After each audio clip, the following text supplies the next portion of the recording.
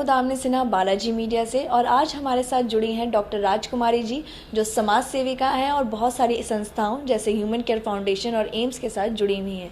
तो आइए मिलते हैं डॉक्टर राजकुमारी जी से। मैम, आपका बहुत बहुत स्वागत है हमारे शो में। मैम, आपसे जानना चाहूँगी मैं कि आपकी ये शुरुआत किस प्रकार हुई, आपको कहाँ से प्रेरणा मिली इस प्रोफेशन में आने के लिए? मैं एम्स आई, एम्स में पेडियाट्रिक्स डिपार्टमेंट में, उसके बाद स्किन डिपार्टमेंट में।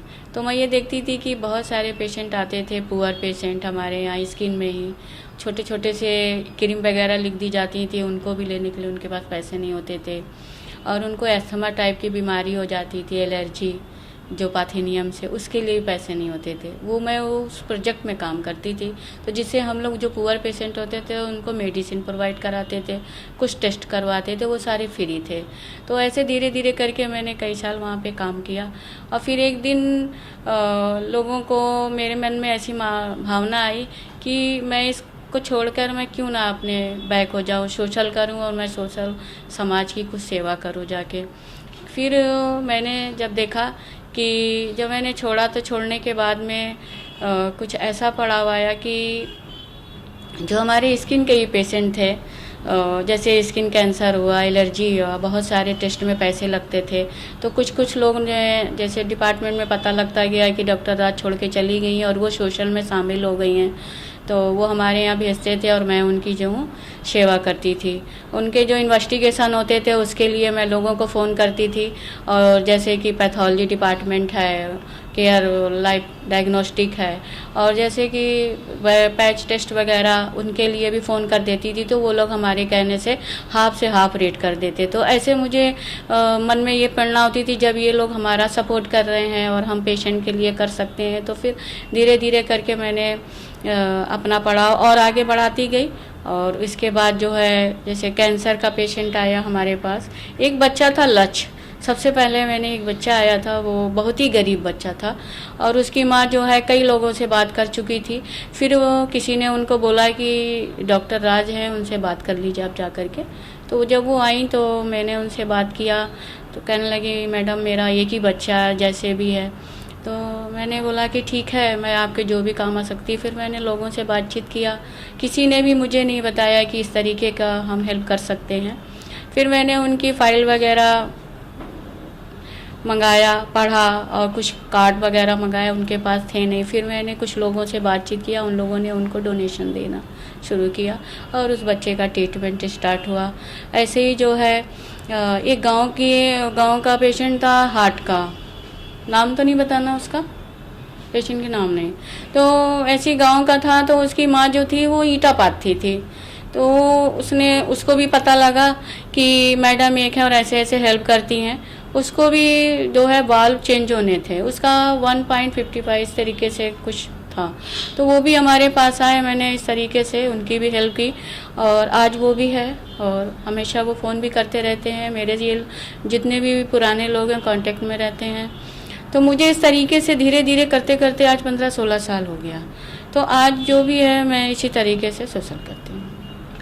मैम, जैसा कि आपने अपने पेशेंट्स के बारे में इतने ब्रीफ मैनर में हमें बताया, आप क्या हमें वो सरकारी अस्पतालों के बारे में किस प्रकार की फॉर्मेलिटीज़ के थ्रू जाना पड़ता है गरीब लोगों को, उनके बारे में कुछ बताना चाहेगी, ताकि उनके लिए आसानी हो सके, अपना इलाज में ज़्यादा वक्त इन्वेस्ट कर सकें और फॉर्मेलिटीज़ पूरी करने में कम? ओके। हाँ, गवर्नमेंट हॉस्पिटल में उनकी फॉर्मेलिटी तो बहुत होती है, जो पेशेंट के पास नहीं होती हैं उनको पता नहीं होता है कि हाँ अब हमारे पास ये कैंसर में इतना पैसा लग रहा है, या हार्ट में इतना पैसा है, या किडनी ट्रांसप्लांट में इतना पैसा है, या हेयर इम्प्लांट में इतना पैसा लग रहा है। तो इस पोजीशन में पेशेंट जब उनकी फॉर्मेलिटी गवर्नमेंट हॉस्पिटलों की सुनता है तो उसको काफ़ी समय तो लग जाता है, कभी कभी बनता है, कभी नहीं हो पाता है।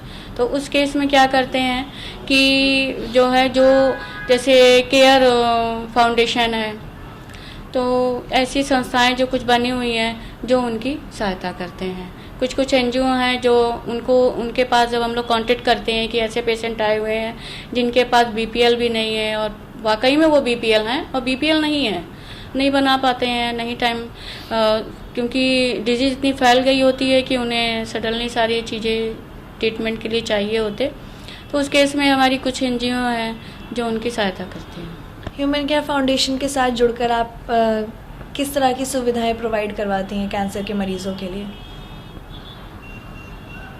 जैसे CSD किट है, इंजेक्शन है, मेडिसिन है और जो भी होता है फंडिंग उसको करवाते हैं। युवा लोग और जो बच्चे हैं उनके खान पीन में बहुत ही फ़र्क होता है, तो आप उनके लिए कुछ संदेश देना चाहेंगी कि उन्हें किस प्रकार का लाइफस्टाइल फॉलो करना चाहिए, किस प्रकार का खाना परहेज़ करना चाहिए, उसके बारे में कुछ हमारे युवाओं को और बच्चों को ज़रूर बताएं। मैं युवाओं और बच्चों को ये संदेश देना चाहूँगी कि आजकल जो मार्केट में उपलब्ध हो रही हैं चीज़ें उस पे ज़्यादा से ज़्यादा ध्यान दें। कलरफुल चीज़ों पे ना जाएं। जैसे बहुत सारे आइसक्रीम, नंबर 1 पर आइसक्रीम आती हैं और उन पे कलर बहुत ज़्यादा होते हैं, वो ना खाएं।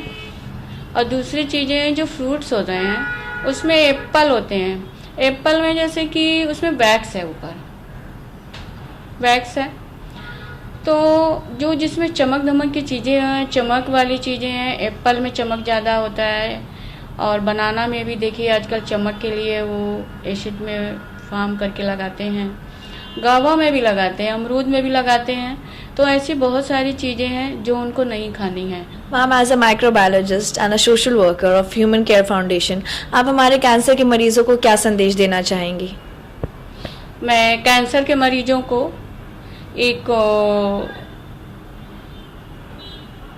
मैसेज देना चाहूँगी कि चाहे वो ज़्यादा से ज़्यादा लोग जैसे गरीब हैं, उनके पास पैसा नहीं होता है कि हम अनार खाएं, हमारे पास बादाम आए, जैसे लाल चीज़ें कैंसर के लिए हमारे लाल चीज़ें बहुत बेनिफिट है, लेकिन हमारे पास पैसा नहीं होता है जो कि अनार खाएं या बादाम खाएं या हम जो है लीची खाएं जी। इस तरीके की चीज़ें नहीं है, तो हम उसके लिए क्या करते हैं कि हम गुड़ भी खा सकते हैं, मूंगफली भी खा सकते हैं, नहीं है बादाम पिस्ता, हम मूंगफली भी खा सकते हैं, क्योंकि हमको प्रोटीन बढ़ाना है, प्रोटीन की मात्रा बॉडी में बराबर रखनी है।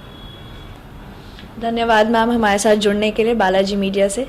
तो आज हमारे साथ थी डॉक्टर राजकुमारी, जो एक समाज सेविका हैं और एम्स और ह्यूमन केयर फाउंडेशन से बहुत सालों से जुड़ी हुई हैं। धन्यवाद।